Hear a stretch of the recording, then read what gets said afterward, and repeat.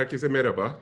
Vispero olarak hızlı tüketim ve perakende sektöründeki dijital dönüşümü sektör uzmanlarıyla birlikte değerlendirdiğimiz Re-Retail programımıza tekrar hoş geldiniz. Bugün yayınımızda teknoloji dağıtım alanında oldukça önemli bir ismi misafir ediyoruz. Vispero olarak aynı zamanda hizmet verdiğimiz şirketlerden, önemli markalardan biri olan Bilkom'un genel müdürü Fikret Ballıkaya bizimle. Fikret Bey hoş geldiniz. Merhabalar, teşekkürler öncelikle nazik davetiniz için. Ben keyifle daha önceki programları da izledim. Bugün de konuk olmaktan büyük mutluluk duyuyorum. Çok sağ olun. Çok teşekkürler. Çok keyifli bir sohbet olacak. Buna inanıyorum. Ben ilk sorumu yönlendiriyorum. Sağlık krizine ve bunun tetiklediği ekonomik belirsizliğe şirketiniz nasıl tepki verdi? Şirket içi süreçlerinizde ve iş yapış şekillerinde köklü değişimler görüyor musunuz? Bunların hangilerinin geçici olduğunu düşünüyorsunuz? Hangileri kalıcı? Şimdi esasen tabii çok geniş bir soru bu. Hani çok şey Evet, anlatılabilir. Hani olabildiğince özet vermeye çalışayım. tabii. Şimdi biz kendimiz aslında teknoloji distribütörü olarak hani hep dijital yaşam koçumuz da mottomuz. Hep teknolojiye, en iyi teknolojileri, inovatif ürünleri tüketicilerle buluşturma gayesiyle faaliyet gösteriyoruz.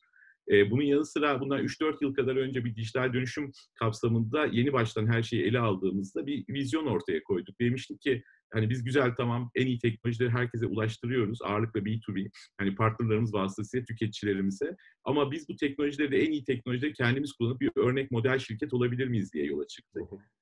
Birçok proje çıktı. Hani saatlerce workshoplar yaptık, inovasyon session'ları oldu vesaire. Buradan çıkan projeler bugün hala devam eden projelerimiz var. Yeni projeler de eklendi. Onlarca proje yaptık. Bunlardan önemli bir tanesi Virtual Workplace dediğimiz hani zamandan ve mekandan bağımsız biz çalışabilir miyiz projesiydi. Bu genç arkadaşlardan geldi. Bunun üzerine çok kafa yorduk açık Evet, söyleyeyim. Bu yani geçmişi 3-4 yıla dayanıyor. Pandemi öncesine dayanıyor. çok güzel. Birçok proje yaptık. Mesela şirket telefonlarını kaldırdık. Herkesin cep telefonuna direkt santralla ulaşılabiliyor. Her yerden ulaşabiliyorsunuz. Printerları büyük oranda kaldırdık. Kağıt basımı veya çevreye duyarlılık anlamında da bize büyük faydası olduğunu düşünüyorum. Dijital bir kütüphane yaptık. Bütün evrağı dijitalleştirdik. Yani şirket içindeki dijital olmayan evrak veya belge dolaşımını kısıtladık. E-imzaya geçtik. Şirket dışı süreçlerimizde banka veya sözleşme uyumlandırmasında büyük oranda e-imza ile yürütüyoruz. Ve dahi şu an sayamayacağım bir sürü proje yaptık. Bir sürü mobil uygulama geliştirdik kolaborasyon için, hani iletişim için, Hı hı. işi yönetebilmek için. Şimdi tabii biz bunu niye yaptık? Dedik ki yani biz Y kuşağı şirketi olarak, yeni nesil bir şirket olarak insanların çalışma, yaşam döngüsüne de saygı duyalım ve herkese hayal ettiği ve kendini en iyi hissedebileceği bir çalışma ortamı sağlayalım diye yola çıktık. Ekipler kuruldu vesaire. Bugünü hesap etmemiştik. Ama iyi yanı bu yatırımları yapmışız. Yani pandemi olayı ortaya çıktığında ki öncesi hani Türkiye'deki ilk vakanın olmasının öncesinde de seyahat kısıtı getirmek, yani ofise giriş çıkışları limitleme, kısıtlama ve kontrol altında yapmak, toplantıları kısıtlama gibi bir sürü aksiyon almamıza rağmen Türkiye'deki ilk vaka çıktıktan sonra dedik ki yani biz bu teknolojiyi artık kullanma zamanı geldi. Evet. Ve herkes uzaktan çalışabilir durumda. Birazcık da test edelim ve evlerimize çekildik. 2 aydır uzaktan çalışıyoruz. Hı hı. Ee, Çalışanlarımızın sağlığı bizim için önemli. Yani çalışanlar bu şirketin en kıymetli varlığı. Hem onlar hem ailelerinin sağlığı ve huzuru ve refahı. Evet. Bir bunu sağlayabilmek. İki, ekonomik sürdürülebilirliği devam edebilmek açısından da önemli olduğunu düşündüğümüz bir konuydu. Üçüncüsü de tabii ki teknolojiyi test edebilmekle ilgili. Evet. Ya çok öğrenimimiz oldu. Yani şöyle ki teknik kapasite ve teknolojiye tabii ki yatırımlarımız vardı. Süreçlerin birçoğunu önceden uyumlandırmıştık. Bu dönemde acil uyumlandırma mecburiyetine kalmadık. Biraz güvenlik duvarları, birazcık daha iyi bir kapasiteyle erişebilmek için yeni yatırımlar tabii ki yaptık. Ama işin %90'ı hani bizi için hazırdı. Ama tabii bizim de test etmemiz gerekenler vardı. Çünkü üçüncü boyutu işin kültürel boyutu ve alışkanlık boyutu. Alışkanlığı elde edebilmek için bir süre bununla yaşamanız gerekiyor. Biz daha önce kısa süreli dönemlerle bunu denemiştik bu teknolojiyi. İlk defa uzun süreli ve kesintisiz, yani şu an 2 ay oldu. İşi sürdürebiliyoruz, uzaktan sürdürebiliyoruz ve kesintisiz yapabildik. O yüzden de bunun bir anlamda huzurunu da bir nebze olsa bu dönemde yaşıyoruz. Sonrası için, onu da sordunuz. Evet. Sonrası için şunu söyleyebilirim, uzaktan çalışmaya devam ediyoruz. Gelişmeleri takip edeceğiz. Acelemiz yok. İşi sürdürebildiğimiz sürece yani böyle devam etmenin de aslında kendine göre çok faydasını gördük. Toplantılar daha verimli oluyor. Evet. Yolda zaman kaybetmiyoruz. Hani İstanbul'da yaşıyoruz çoğumuz. Evet. Ve yolda ne kadar zaman kaybettiğimizi tekrar fark ettik veya toplantılar arasında, ulaşımda. daha verimli toplantılar oluyor, daha konuya odaklı olabiliyor. Hızlıca birinden diğerine geçiş olabiliyor, istediğinizi davet edip görüşebiliyorsunuz. Ve teknoloji imkanları bizim çalışma kalitemizi de, verimliliğimizi de arttırdı. O yüzden bunların birçoğu bizimle birlikte kalacak diye düşünüyorum. Bundan sonraki çalışma döneminde de hani pandemide bir geçiş dönemi, ardından da pandemi sonrası dönemden konuşuluyor. Doğru. Bizim için pandemi sonrası için özellikle söyleyebileceğim, olabildiğince esnek ve uzaktan çalışmayı da hayatımıza sokacağımızı düşünüyorum. Son boyutu da sosyal boyutu işin. Evet. İşte o konuda çalışıyoruz. Süper. Çok güzel özetlediniz. Çok teşekkürler. Şimdi bir yandan da sağlık krizi bir dönüşümü tetikliyor. Tüketici alışkanlıklarında COVID sonrası ne gibi değişiklikler görüyorsunuz? Ya, aslında şöyle, tüketici dediğimizde biz 2 bacakta aslında incelersek daha doğru olur. Bizde 3 müşteri kavramı var. Bir tanesi vendor, bir tanesi partner, hani satıcı, Evet, doğru. bayilerimiz ve büyük zincirler. Üçüncüsü de nihai tüketici aslında consumer. Hani hepimiz de birer Evet, consumer'ız nihayetinde. doğru. İlk olarak biz bir B2B şirketiyiz. Hani Doğru. çalıştığımızda ağırlıkla tedarikçi ve business partner, satış partnerlerimizle Hı çalışıyoruz. hı. Ama biz tipik bir distribütörün biraz ötesinde, biraz katma değerli ve fokus bir distribütör olarak hep nihai tüketiciyi takip edip onun deneyimini zenginleştirmek için Hı hı. proje geliştirmeye odaklıyız. Tabii. Yani mesela marka yönetimi olsun, iş geliştirme olsun, kanal programı geliştirme olsun, tüketici deneyimi geliştirme olsun. Hani farklı iş geliştirme ekiplerimiz de var. Normal bir distribütör biraz daha fazlasını Evet. yapıyoruz. O yüzden de genelde Türkiye'ye yeni gelen markalar bizim kapımızı bir çalarlar. Önce tüketiciden başlayayım. Nihai tüketici için gelişme şöyle oldu. Özellikle seyahat kısıtı veya evde izolasyonda olma sürecinde ileri yaşlı olanlar başta olmak üzere bir online alışkanlık yaratılmaya başlandı. Daha önce daha temkinli veya daha tutucu olarak online'a girmeyen farklı nedenler olabilir. Hı Hani hı. risk gördüğü için olabilir veya ürünü görmek veya dokunmak. Mesela ben öyle bir insanım. Hani alacağım ürünü dokunup görmek hatta koklamak isterim. Yani Ben de. kesinlikle. Neden koktuğumu bilmiyorum ama yani bir şekilde onu hissetmek benim için önemli. Evet. Tabii bunlar birer bariyerdi ama sanki bu mecburiyet ve zorunluluk anında bu olmadan da oluyormuş. Doğru. İstediğiniz ürünü eve getirebiliyorsunuz. Yani, Yani, evet. ben mesela bu dönemde işte 2 aydır izolasyondayız ve evdeyiz sürekli. Yani almadığımız ürün kalmadı. Hani hiç böyle hayal bile edemeyeceğimiz, online'da satılıyor muymuş bu, gelir mi dediğimiz bir sürü şeyi alabildik. Diğer taraftan tabii ödeme sistemleri, tahsilat sistemleri de gelişiyor. Findex'ler var artık. Yani çok Doğru. daha basit, çok daha hızlı ve çok daha güvenli. Hani Doğru. satıcıyı tanımasanız bile yani aracılar, operasyon platformlar size bu imkânı sağlayabiliyorlar. Tüketicinin daha güvenli ticaret yapabilmesine imkân tanıyor. Doğru. O yüzden nihai tüketicide bence önemli bir aşama kaydettiğimize inanıyorum. Yani bu işe temkinli ve uzaktan yaklaşan tutucu kesimde bir o bariyer sanki aşılmış gibi görünüyor. Artı imkânların artıp yeni faydalar elde edebildiğini gördükçe yeni alışkanlıklar bence kalıcı olacak nihai tüketicide. Hani her şeyi artık online alabileceğimizi hissediyoruz. Doğru. Satıcılar tarafına bakacak olursak bu hepimiz için zaten bildiğimiz bir gerçekti. Yılda bir kere de olsa Black Friday, işte Cyber Monday gibi Evet. Kasım çılgınlıklarında kendimizi test ettiğimiz, hani Batı'nın online satış oranları biliyorsunuz bizden 4-5 kat daha ileride gidiyor. Türkiye biraz daha geriden catch up ediyor. Ama yılda bir kere de olsa Batı'nın normal oranlarını yakalayıp nasıl fail ettiğimizi veya nasıl ürünlerin kaybolduğunu ve deliver Evet. edilmediğini gördüğümüz birçok case oldu. Ama şunu söyleyebilirim, hani 4 ay önceydi bu, 5 ay önceydi belki. Yani Kasım'dan sonra pandemiye kadar olan süreçten bahsediyorum. 4-5 ayda sektörün kaslarını ne kadar geliştirip buna ne kadar fazla hazırlandığını da bir anda gördük. Yani bu aslında bizim adaptasyon gücümüzü de bence gösteriyor. Doğru. Hızımızı da gösteriyor. Hani bugün gene kargo problemleri yaşanıyor mu? Delivery evet belki doğru ama son Kasım'daki o çılgınlıklar döneminin üzerinde bir online satış olmasına rağmen bugün ürünlerin çok kaybolması, hiç gelmemesi gibi durumlarla rastlaşmıyoruz. Doğru. Belki biraz delay'ler var, o da yoğunluktan ve kapasiteden ama şirketler hem kapasite arttırma hem kalite arttırma konusunda çok faaliyet gösterdiler. O yüzden online'ın gelecek olduğu konusunda bütün sektör profesyonelleri hemfikir ki biz de öyle düşünüyoruz. Ama o gelecek bir gün gelecek derken bugün geldi. Biraz erken Hızlı gelmiş. geldi biraz değil mi?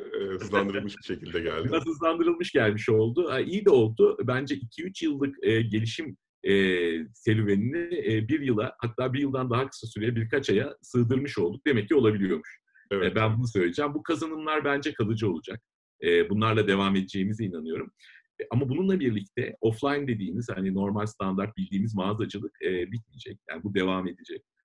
Yani click and collect dediğiniz yapılar olacak, dropshipment olacak, hani mağazadan Evet. delivery, gerçek omnichannel hizmetlerini bundan sonra görebileceğiz diye Evet. düşünüyorum. Omnichannel popüler bir kavram. Son 5 yıldır Omnichannel konuşuyoruz. Herkes konuşuyor. Ama kaçımız gerçekten Omnichannel partneri, kaçımız bu hizmet ve servisi gereğince yerine getirebiliyor? Bugün işte biraz aynaya bakıp kendimizi biraz düzelttiğimiz, biraz daha buna emek verip odaklanacağımız dönem geliyor. Biz kendimiz de bir inisiyatif olarak, yani biz bir retail partner değiliz ama retail partnerlarına back to back hizmet servis veren ve iş geliştiren bir distribütörüz, söylediğim gibi. Bizim inisiyatiflerimizden biri Omnichannel distribütörü olmaktı. Evet. Bizim için de bu stratejik planlamada yazdığımız ama bir gün bunu yapacağız dediğimiz bir konuydu. O gün bugün oldu. İlk dropshipment uygulamalarına başladık. Yani örnek verecek olursak nihai tüketici belki mağazaya gittiğinde veya online mağazaya ulaştığında bir ürünü alıyor. Ama bizim stoğumuzdan ürün nihai tüketiciye satın aldığı satıcının imkanlarıyla ve kargo şirketleriyle ulaştırılabiliyor. Süper. Bu servislerimizi başlatmış olduk biz de. Hani Evet. içinde gelişme hani bu tarafta birazcık daha fazla oldu. Onun dışında vendorlar tarafı zaten oldukça, yani uluslararası tedarikçiler oldukça remote çalışmaya, uzaktan çalışmaya yatkın. Zaten esnek çalışma saati ve esnek kaynak kullanımı vardı. Ben adaptasyonun en güçlü olanın tedarikçiler olduğunu düşünüyorum. Doğru. Bizim çalıştığımız tedarikçiler olduğunu düşünüyorum. Teknoloji Şu anda tedarikçileri. tamamen remote ve tamamen connected bir şekilde, bağlı bir şekilde onlarla devam edebiliyoruz. Biraz böyle genişten hani 3 müşteri üzerinden de anlatmaya gayret ettim. Bence çok güzel. Yani zaten sizin en önemli şeyiniz bu ağın tam ortasında durup yani o üç noktayı da belli bir şekilde adresliyor olmanız. O da konuya daha geniş bir perspektifte bakmanıza ve çözümler üretmenize neden oluyor. Teknolojiden müşterilere daha iyi hizmet vermek için yararlanma alanlarınız neler? Şimdi yaptığımız her iş teknolojiyle ilgili. Aslında her Evet. işin içinde var. Yani hepsini kullanıyoruz. Hani hem sattığımız teknolojiyi kullanıyoruz hem de müşterilerimize daha iyi hizmet verebilmek için teknolojik imkanlar kullanıyoruz. Gene dijital dönüşümden alacağım. 3 tane stratejik odak belirlemiştik dijital dönüşüm kapsamında kendimiz için. Bir tanesi tüketici deneyimini geliştirmek. Hı hı. Daha verimli, daha hızlı, daha kaliteli hizmet verebilmekle ilgili ve tabii daha uygun maliyetlerle. Yani hepimiz açısından supply chain'i en uygun maliyet yönetebilmek bence kritik. Çok. İkincisi şirketin sürdürülebilirliği ve verimliliği konusuydu ki biraz önce bahsettiğim virtual workplace, sanal iş yeri, hani zamandan, mekandan bağımsız çalışabilme kapasitesi ve imkanı bunun bir parçasıdır. Ama bununla da sınırlı ve kısıtlı değil. Özellikle Vispera sizlerle yaptığımız projeler, hani mağazalarda rafların planogram dizilimlerinin yapılıp kontrol edilmesi, hani Evet. bizim için çok önemli bir projeydi bu arada. Hani tüketici deneyiminin geliştirilebilmesi ve bunun düşük maliyetle takip edilebilmesi için bir projeydi. Ve elektronik perakende ilk defa sizin sayenizde biz getirmiş olduk. Hani ve sonuçları da çok inanılmaz etkili oldu. Geçen yıl başında devreye aldığımız proje 3-4 ay içinde kendini amorti etti. Bugün hala kullanıyoruz ama tabii mağazaların da açılmasını bekliyoruz bir yandan da. Daha kaliteli karar verme ve süreçleri daha iyi yönetebilmek, müşteriyi daha iyi anlayabilmek için data ve infrastructure yatırımları, yani iş zekasını geliştirmek, belki yapay zeka diyebilirsiniz, daha doğru tahminleme, supply chain intelligence dediğimiz hani tedariği, satış tahminlemesini doğru yapabilmek, fiyatlamayı yapabilmek, kampanyayı daha doğru yapabilmek ve tedariği daha iyi planlayabilmek. Aslında işletme sermayesini daha verimli kullanabilmeye dair olan projeler. Yani bu 3 kapsamda projelerle yürüdük. Bugün de aslında en büyük yardımcımız bu projeler. Hani bugün bankacılık sektöründen bir örnek vereyim, daha kolay anlatacak maksadını. Bugün bir bankayla çalışmak demek nasıl ki genel merkezine gidip genel müdürüyle veya satıcılarıyla tanışmayı gerektirmiyorsa, hatta şubeye dahi gitmeniz artık gerekmiyorsa, hani eskiden webten şimdi mobil uygulamalarla bankayla bütün işinizi görebiliyorsanız, bizim hayalimiz de Bilkom Online dediğimiz B2B'mizle, 3. jenerasyon B2B'miz bu, aynı kapasiteye ve imkana kavuşturmaktı. Bugün o noktaya geldik. Yani bir bayimiz, bir bayi adayımız Bilkom Online'e girerek gerekli prosedürleri ve süreci işletip bizim bir bayimiz olabiliyor ve ticaretine başlayıp hayatını sürdürebiliyor. Yani hiç bizimle birebir fiziksel temas içine girmese bile oradan distribüsyon hizmetlerini, tahsilat, ödeme ve takip dahil tamamını yaparak devam edebiliyor. Mesela bu bizim kendi müşterilerimize, yani partnerlerimize sağladığımız önemli bir fayda diye düşünüyorum. Ama daha fazla bu dönem bize öğretti ki online imkanların gelişimiyle birlikte online datanın da işlenmesi durumu var ve entegrasyon durumu var. Data projelerine öncelik verdik. Bir data warehouse'umuz var. Sürekli gelişiyor. Hani biz yıllardır data topluyoruz. Kendi ERP sistemlerimizdeydi. Evet. Ama biraz ERP odaklı yapılardan biraz daha data odaklı, daha açık platform ve yapılara geçiş yapıyoruz diyebilirim. Evet. ERP'miz halihazırda olacak. ve devam edecek. O bizim elimiz ayağımız, yani core sistemimiz. Evet. Ama datayı işleyeceğimiz, datayı yöneteceğimiz platformu ERP'nin tamamen dışına çıkardık. Daha open bir platform üzerinde geliştirdik. Şu an bütün bayilerimizden, müşterilerimizden datayı alıyoruz. Piyasadaki değerlendirme ve istatistik yayınlayan kurumlarla birebir anlaşmalar yapıp onların datalarını alıyoruz. Çok iyi. Tabii bu datayı almak işi bir boyutu. Hani zor Evet. olan boyutu değil. Datayı anlamlandırmak ve ondan sonra işe geri döndürüp doğru sonuçlar elde edebilmeyi ümit etmek de önemli. Tabii.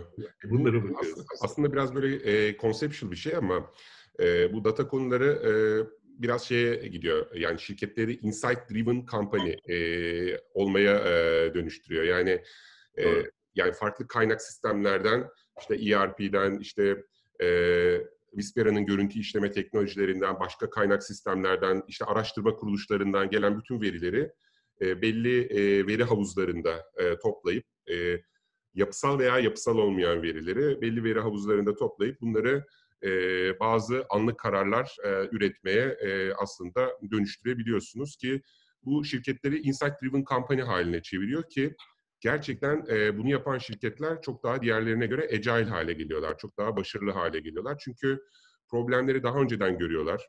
Daha hızlı aksiyon üretiyorlar. Ve aksiyonları hem insan gücü, yani insanın, yani sonuçta yine prescriptive analytics bile yapsanız sonuçta yine bir insan gücüyle bir son kararı belki üretmeniz Evet. gerekiyor. Evet. Bunu bile yapsanız bu noktaya kadar teknolojiyi kullanıp data ve datayı gerçekten iyi bir şekilde analiz etmeyi kullanıp çok başarılı sonuçlara dönüştürme şeyiniz var, şansınız var. Ben açıkçası veri tarafında yaptıklarınızı duymaktan çok mutlu oldum. Bcom aslında bir distribütör olarak middle tier, yani Evet, ortada olduğu için hani hem tedarikçi hem satıcı hem de bizim gibi evet, biraz ilgili distribütörler, katma değerli distribütörler için nihai tüketici de var. Biz bütün ekosistemi ortadan görme imkanına sahibiz. evet. O yüzden aldığımız datayla daha rahat bir resim çekebiliyoruz ve daha objektif karar verebiliyoruz diye düşünüyorum. Bugün mesela online platformlarda, pazar yerlerinde yapılan birçok kampanyada data paylaşımı ve analizi üzerinden saatlik kampanyalar yürütülebiliyor. Evet, Ve distribütör olarak biz hani ürünü verdik, işimiz bitti gözüyle bakmıyoruz. Tüketiciye ürünün ulaşabilmesini de sağlayıp hani en efektif verim nasıl ulaşabilir diye de sürecin tamamını takip edebiliyoruz. hı Bu hı, bize de iyi bir insight veriyor gerçekten. Visibility'yi sağlıyor. Bu dönemde aslında çok fazla online'da fokus olduk ve bu datayı işleyebilme kabiliyeti bugünkü kapasitemizle dahi bize çok daha to the point, çok hedefe odaklı kampanya yapma imkanı sağladı. Ve doğru. hatta şunu sağladı, ben bunu küçük bir metaforla şöyle örnek vereyim.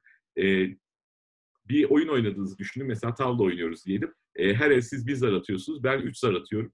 Hangisi iyiyse Evet, onu tercih edip oynuyorum. Yani bu oyunu sizin kazanma ihtimaliniz muhtemelen olabilir ama büyük oranda benim kazanacağımı söyleyebilirim.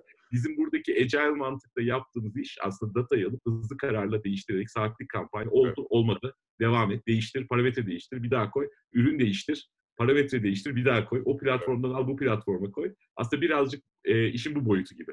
doğru. Ee, Yani genel olarak teknolojiyi iyi bir şekilde kullandığınızı ben görüyorum. Biraz şeyden bahsedeceğim. Kendim bu sabah Deloitte Global'in bir raporuna bakıyordum. E, Deloitte Global raporunda sizin az evvel bahsettiğiniz gibi customer engagement gibi konulardan bahsederken, yani bu mağazaların tekrar açıldıktan sonraki durumu için hazırlanmış bir rapor. Birkaç konuya daha parmak basıyor. Bir tanesi diyor ki artık diyor envanter yönetimi diyor. Yani supply chain içerisindeki envanter yönetimi, ürün mağazada mı, rafta mı, yoksa stokta mı, yoksa mağazada gibi görünüyor da başka mağazada mı? Yani gibi sizin de bildiğiniz şeyler var. Evet, evet, yaşadığımız şeyler. Yaşadığımız şeyler. Bunların çok daha önemli bir yere geleceğini düşünüyor. İkincisi diyor ki bugüne kadar diyor perakende de diyor tedarikçiler diyor veya dağıtıcılar belli saha ekipleri aracılığıyla işte planogramı işte veya işte ürünün orada olup olmadığını veya sahayla ilgili kontrolleri yapıyorlardı diyor. Ama diyor yeni dönemde bazı hijyen nedenlerden dolayı firmalar diyor saha operasyonlarını birazcık daha farklı bir yere taşıyacaklar. Yani sahayı değil, birazcık daha teknolojiyi, görsel teknolojileri kullanacaklar gibi bir yorumu var. Bu da bizim gördüğümüz bir trendle aslında çakışıyor. Yani biz aslında StoreSense isimli bir ürünümüz var. Bu sizin kullandığınız mobil cihazlarla işte rafların görüntülerinin çekilip oradaki o SKU'ların dizilişlerinin, işte fiyat etiketinin doğru olup olmadığının gibi kontrollerinin yapıldığı bir ürün. Biz son dönemde geçen sene sonundan itibaren sabit kameralı bir çözüm geliştirdik. Bu sabit kameralı çözüm rafa bakıyor 7/24, yani mobilden çekilen bir resim gibi değil. 7/24 rafı görüyor ve kim rafın neresine dokundu, işte ürünü aldı mı almadı mı, ya da aldıysa hemen bir aksiyon üretilmesi. Yani işte bitiyor o ürün, arka taraftan depodan ürün çıkart. Eğer depoda yoksa sipariş oluştur gibi aksiyonların üretildiği, daha otomasyona yönelik bir şeye doğru gidiyor. Siz buna benzer şeyler görüyor musunuz? Özellikle yapay zeka ve yapay görmenin sizin alanınızdaki kullanım yerleri önümüzdeki dönemde neler olacak? Ya aslında çok güzel söylediniz. Hepimizin ortak dertlerinden bir tanesi ki sadece bir dağıtıcının değil, Evet, belki normal bir dağıtıcının en son hani kaygı duyacağı bir konu olabilir. Ben hani vazifemi yaparım, hani işime bakarım, evet, malı benden alın, aldığınız malı ben teslim ederim, paramı alırım diyebilir ki evet, daha ziyade tedarikçilerin ve tabii ki doğal olarak satıcıların hani önemli bir problemi bu. Çünkü ürünün gerçekten rafa ulaştığından, rafta doğru sergilendiğinden, tüketiciye doğru fiyat ve imkanlarla doğru iletişimle bunun pazarlandığından emin olabilmek bu işin en zor kısmı. doğru. Yani olmaması gerekir en zor kısmı ama maalesef en zor kısmı. Evet, Çünkü siz bir ürünü bir Excel'e baktığınızda veya bir sistemden bir rapor aldığınızda görebilirsiniz. Ama ürün fiziksel olarak nerede olduğunu bilemeyebilirsiniz. evet, O bir depoda, tezgah altında olabilir, yolda olabilir, evet, kayıp olabilir. Hani evet, biliyorsunuz bir de böyle bir hikayesi var evet, olayın. evet, Hani bunların hepsi olabilir. Yani ürünün hikayesini bilemeyebilirsiniz. Bunu takip etmek önemli bir kısmını oluşturuyor. O yüzden sizde yaptığımız proje bize bu anlamda önemli bir rekabetçi avantaj da sağladı. Verimliliği evet, arttırma konusunda bize çok faydası oldu. Artı %30'dan fazla da satışımızı evet. arttırdı. Yani aksiyonel kalemlerinde. Sabit kamera bence iyi bir çözüm olabilir. Hani Hı buna hı. bakmak lazım. Sabit kamera konusunda aslında sizin müşteriniz burada tedarikçi mi olur yoksa hancı mı olur? Evet, Ona biraz daha bakmak lazım. evet, Belki belki hancı olabilir, hancı kamera kiralayabilir, yeni bir iş modeli olabilir. evet, Bu da bir alternatif. evet, Ama görsel olarak, optik olarak değerlendirme imkanları bence önemli. evet. Şimdi biz bu teknolojiyi kendi işimizde kullanıyoruz ama farklı vesilelerle, farklı maksatlarla kullanıyoruz. Yani mesela bize gelen tüm faturalar görsel bir sistemle analiz edilip Evet. otomatik olarak dijital ortama aktarılıyor. Hı hı. Gene çalışanların hani masraf fişleri vesaire gene bir fotoğrafını çekip gönderiyorsunuz. Otomatik olarak, görsel olarak alınan şey analiz edilip bir masraf formu halinde aktarılıyor. Yani biz kendi içimizde zaten bunu büyük oranda yapıyoruz. RPA, hani robotik Hı hı. otomasyonlar kullanıyoruz. Belli site veya alanlardan fiyat analizi veya takibi yapabiliyoruz. Hı. Bunları zaten kısmen kendi işimizde kullanıyoruz. Ama Evet, mağazada bunu kullanabilmek tabii çok kıymetli. Yani ürünü sadece bir planogram değil ki bu işin büyük bir kısmı. Ama evet, doğru teşhir, doğru lansman, doğru fiyat, doğru doğru. iletişimle orada olduğunu görebilmek, time to market'ın bu kadar önemli olduğu hani ve zamanlamanın hem fırsat maliyeti açısından hem de stok taşıma maliyeti açısından tüm Evet, partiler için ciddi bir maliyeti olduğunu düşünürsek eğer oradaki süreyi kısaltmak da tüketiciye yok dememek de hani hızlıca sirkülasyon sağlayıp doğru iletişim kurabilmek de bunların hepsi verimlilik ve kalite açısından büyük faydalar sağlıyor ve yani multimilyonluk faydalar sağlıyor. O evet, yüzden evet. doğru yerdesiniz. Ben hani böyle bir proje iş yapar ya. Ben şimdiden söyleyeyim biz Evet. ilgileniriz. Ama çok doğru bir noktaya da parmak bastınız. Ben bir şeyi daha söyleyeyim. Siz acaba doğru yer perakendeci mi, tedarikçi mi, yani üretici ve tedarikçi mi sorusunu aslında Evet. ortaya koydunuz. Bu işin sahibi bazen perakendeci olabilir, bazen hızlı tüketim şirketi olabilir. Bazen de sizin yine söylediğiniz gibi ikisi beraber de olabilir. Doğru. Yapay zeka dediniz ayrıca. Evet, Yani şimdi yapay zekayı ben özel bir parantez açmak istiyorum. Yapay zeka her işe girecek. Yani evet, hepimizin zaten bu personal assistant dediğimiz telefonlarımızda özellikle gelen, evet, şimdi saatlerimizde olan, bizi başta çıldırtan ama şimdi galiba biraz daha iyi anlayan diyeceğim asistanlarımız. Yani bizim için ciddi bir eğlence konusu mesela aile evet, içerisinde. Bir şey iste, o senden istesin. Sen bir daha iste, o istesin falan. Yani çok sıkılıyorsunuz mesela eğlenmek için güzel bir imkan yaratıyor. Kullanıyoruz. Ama tabii bu bugünü.